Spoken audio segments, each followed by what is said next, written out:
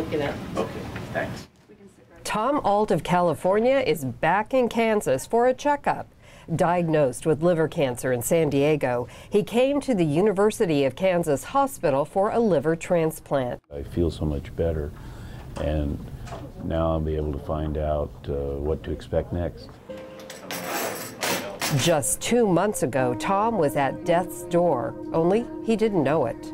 I was put on the transplant list at UCLA, and in California, they told me that it could be 3.5 years to get a liver, and I started getting extremely ill. So we checked on some various lists and found who had the shorter transplant wait and success rate.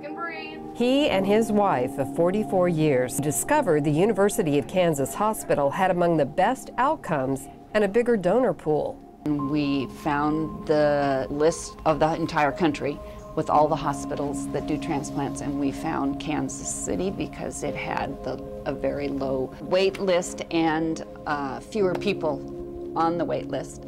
And so we decided we would just give it a shot. So we called them and they said, come out for a 3-day evaluation, and we came, and then one thing led to another, and within 2 hours he was in the hospital. Tom didn't realize just how sick he was. Doctors put him immediately on the waiting list and admitted him. 9 days later, a donor liver arrived and the transplant was underway. Dr. Timothy Schmidt, director of transplantation, performed the transplant. We got to the right place at the right time. He was so close to dying, and I don't even know if we really realized how close he was.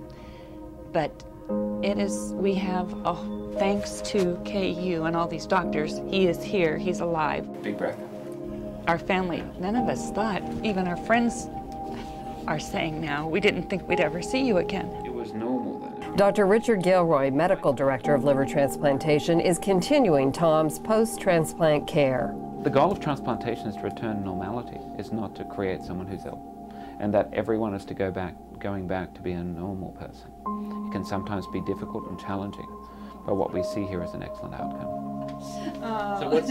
Tom says every day he feels better, stronger, and every day he thinks about his donor and their family. We're blessed, and we're blessed because of their loss, which is so hard for them. I mean, how do you thank somebody? Tom's prognosis is great, and he says he plans to spread the word about the hospital and the surgeons who saved his life so others can get a second chance like him. We're singing your praises. For the University of Kansas Hospital, I'm Jill Chadwick.